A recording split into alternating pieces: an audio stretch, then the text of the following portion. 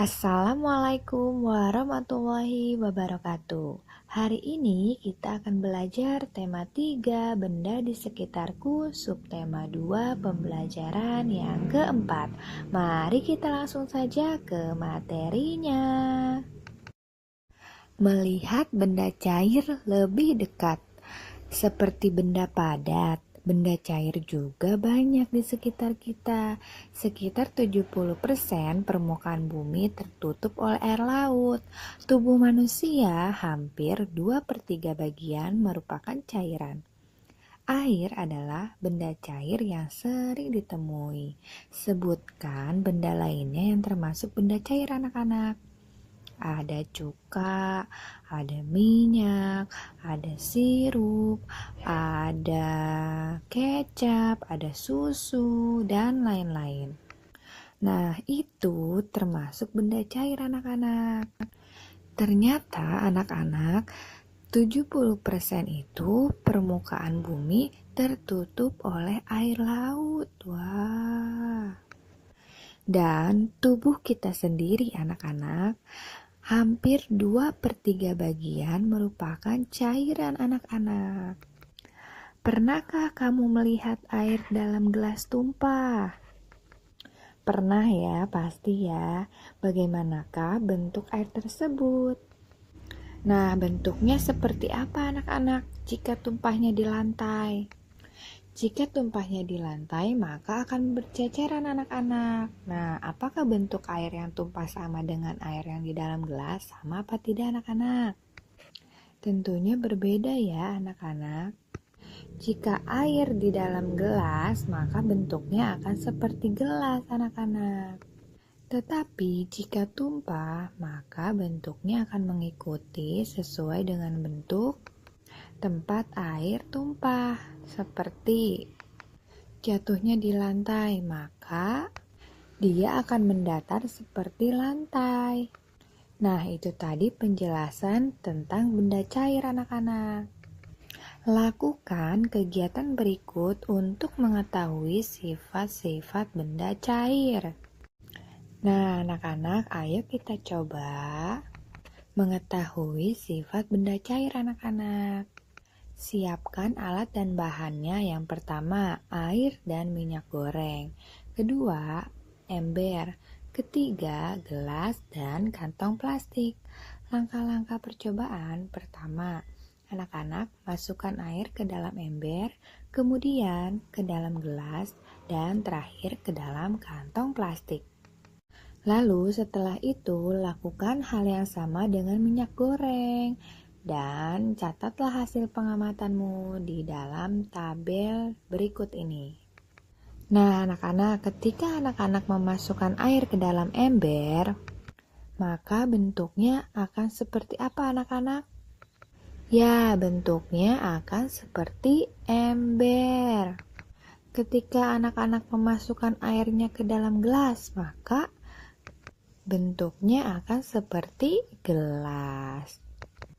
Ketika anak-anak memasukkan air ke dalam kantong plastik, maka bentuknya akan seperti kantong plastik. Begitu juga dengan minyak goreng anak-anak. Nah, di sini Ibu membuatkan tabel untuk pengamatan yang tadi anak-anak. Nah, di sini ada nama benda yang kita amati, ada air, minyak goreng, kecap, bensin, dan madu. Nah, di sini ada air. Air bentuknya berubah sesuai wadah atau bentuknya tetap walaupun wadahnya berubah, atau dapat digenggam atau tidak dapat digenggam. Yang mana nih anak-anak? Ya, air bentuknya berubah sesuai wadahnya. Nah, air juga dapat digenggam anak-anak. Kemudian yang kedua ada minyak goreng. Bentuknya berubah sesuai wadah dan dapat digenggam. Nah, sama juga seperti kecap, bensin, dan madu. Seperti itu ya anak-anak. Nah, jadi anak-anak, hasil dari pengamatan tadi ternyata benda cair itu bentuknya berubah sesuai wadah dan dapat digenggam. Nah, anak-anak, benda cair mempunyai sifat nih anak-anak. Yang pertama, bentuknya berubah-ubah sesuai bentuk wadahnya. Yang kedua, benda cair bisa disentuh atau dipegang. Nah, itu tadi anak-anak sifat benda cair. Apa saja ya manfaat benda cair bagi kehidupan kita anak-anak? Nah, kalau benda cair yang berupa air, pasti banyak sekali ya manfaatnya bagi tubuh kita. Contohnya nih, untuk mandi, untuk mencuci pakaian, untuk mencuci piring, untuk minum, dan lain-lain. Banyak sekali anak-anak manfaat air ini. Nah, untuk benda cair bensin, banyak sekali juga anak-anak manfaatnya. Seperti untuk bahan bakar kendaraan, untuk motor, mobil, dan lain-lain.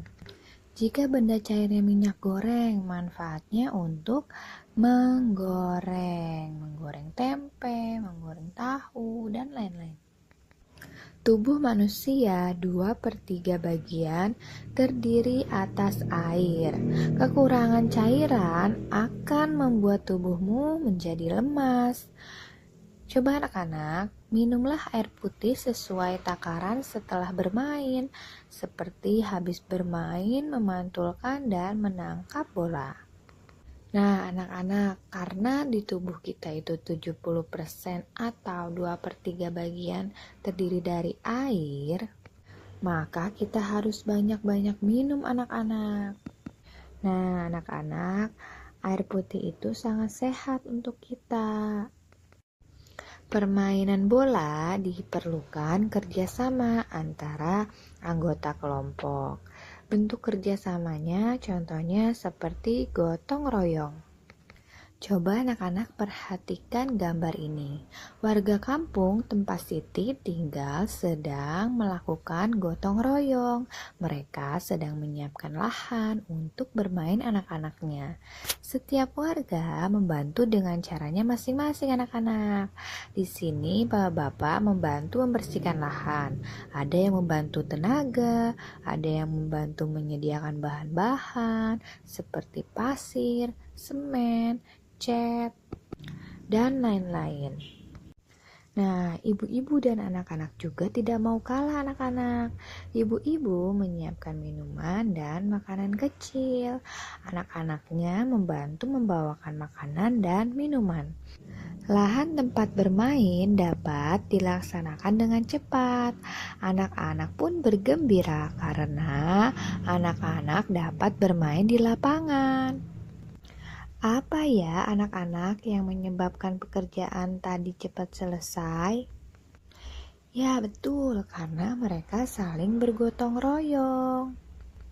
Mereka membagi tugas dengan adil. Jadi pekerjaannya cepat selesai. Pekerjaan cepat selesai karena dilaksanakan secara bergotong royong. Gotong royong membuat masyarakat saling bahu-membahu untuk menolong satu sama lainnya. Yang kedua, gotong royong mengajari setiap orang untuk rela berkorban demi kepentingan bersama. Kemudian yang ketiga, kebersamaan yang terjalin dalam gotong royong ini dapat melahirkan persatuan sehingga mampu menghadapi permasalahan yang muncul. Nah, anak-anak tadi sudah mengetahui ya tentang kegiatan gotong royong. Sekarang coba kamu tuliskan contohnya. Nah, di sini Ibu membuat contoh di lingkungan tempat tinggal, di rumah, dan di sekolah.